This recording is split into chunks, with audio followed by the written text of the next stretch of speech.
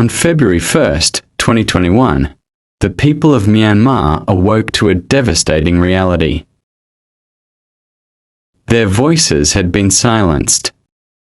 They had chosen their leaders through democratic elections. They had believed that their votes represented their future. But in a single morning, their choice was erased. The military seized power and detained elected leaders. For millions, it was more than a political crisis.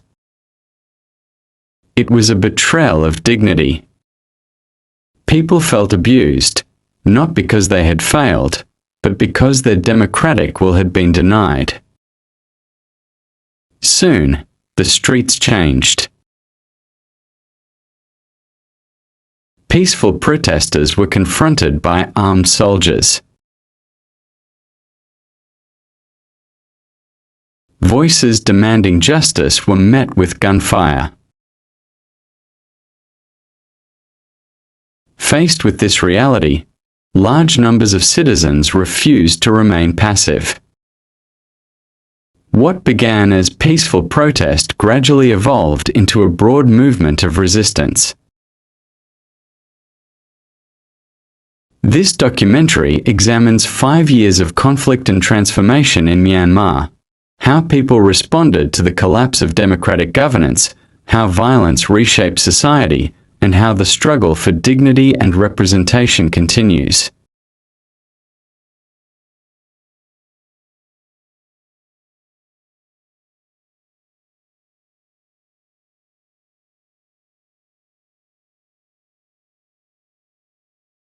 In the early hours of February 1st, 2021, while most of the country was still asleep, the military launched a coordinated operation against Myanmar's civilian leaderships. Before dawn, communication networks in major cities began to fail. Internet access was disrupted, telephone lines became unstable. Military units surrounded government buildings and strategic locations. At her residence in Napier Daw, Daw Aung San Suu Kyi, the state councillor and leader of the civilian government, was placed under detention. She was taken away without public explanation, without legal process, and without the consent of the people who had elected her. Nearby, President U Win Myint, the head of state, was also detained. He was removed from office by force, along with members of parliament and senior officials of the National League for Democracy. Within hours, the military announced that it had assumed power under a state of emergency. For the people of Myanmar, the arrests were shocking. These leaders were not only political figures, they symbolized the people's democratic choice. As news spread, anger and disbelief filled the streets. People realized that their votes had been ignored, their voices dismissed, and their future seized by force. The arrest of Daw Aung San Suu Kyi and President U Win Myint marked the beginning of a new era, an era in which power replaced law and fear replaced democratic dialogue. But it also marked the beginning of resistance.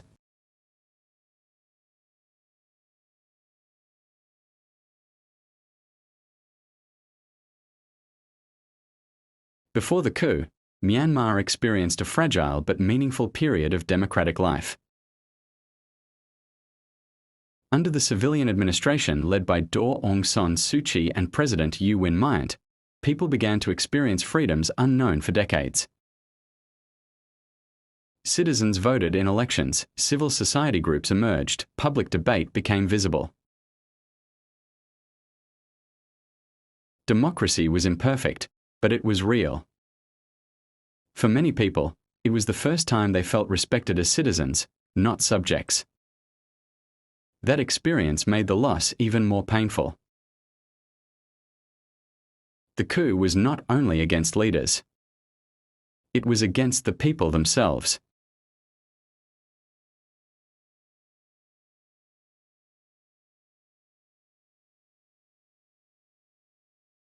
The public response was immediate and unprecedented. Millions of citizens refused to cooperate with the military regime. This nationwide resistance became known as the Civil Disobedience Movement, CDM. Doctors left hospitals. Teachers left classrooms, bank workers, railway staff, engineers, and civil servants refused to work under military rule. One nurse recalled, "If I continued working under the junta, I would be betraying my people. I chose dignity over safety." Participation in CDM meant losing jobs, facing arrest, and risking life. Yet people continued. The message was clear: the military could seize power, but not legitimacy.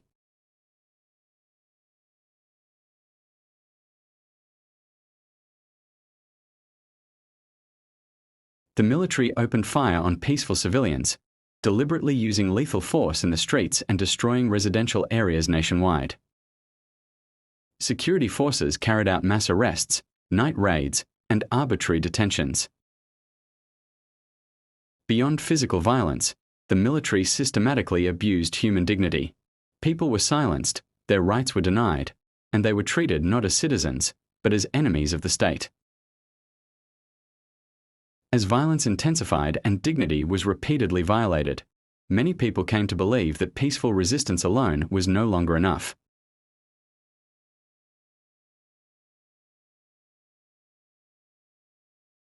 As repression intensified, many citizens realized that peaceful protest alone could no longer protect their communities. Local self-defense groups began to form. Students, farmers, workers, and professionals joined together. These groups later became known as the People's Defense Forces, PDF.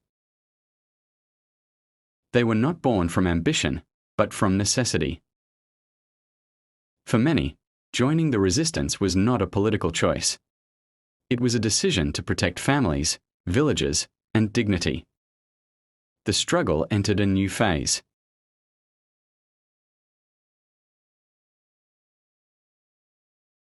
In the early stages, resistance operations were limited and defensive. PDF units focused on protecting villages, ambushing military patrols, and disrupting supply routes. These actions were decentralized and locally organized. Over time, coordination improved. PDF units began cooperating with ethnic resistance organizations. From scattered resistance, a nationwide network began to emerge.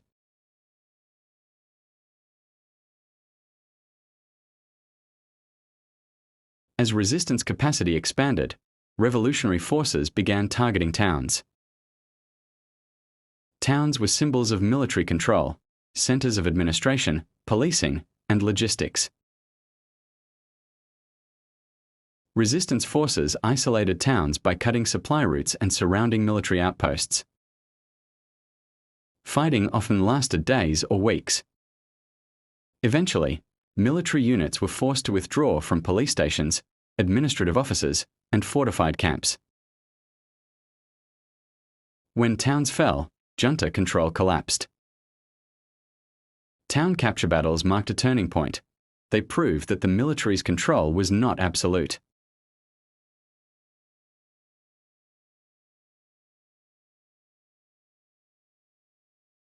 Throughout the conflict, civilians remained at the center. They were not only victims, they were participants in survival. Families rebuilt schools underground, communities created informal healthcare systems. One teacher said, "Even in war, we cannot stop educating our children.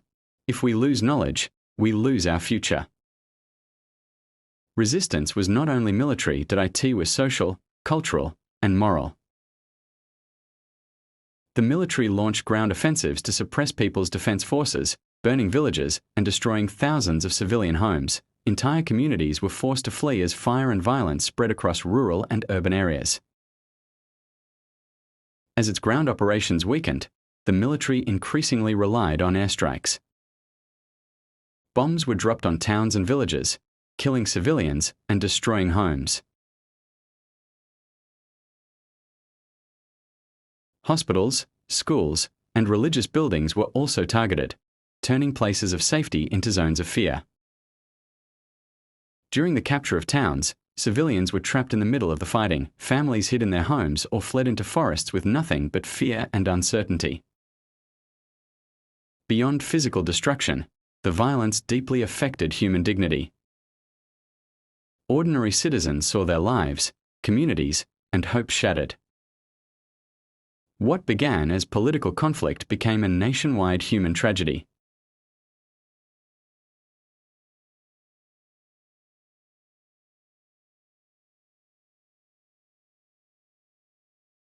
Throughout the conflict, the country's elected leaders remained imprisoned. Daw Aung San Suu Kyi and President U Win Myint became symbols of the stolen democratic mandate. Their detention reminded people that the coup was not temporary. It was a systematic attempt to erase civilian authority. Yet their absence did not weaken resistance. Instead, it strengthened the belief that the struggle was larger than individuals. Dai T was about the nation's future.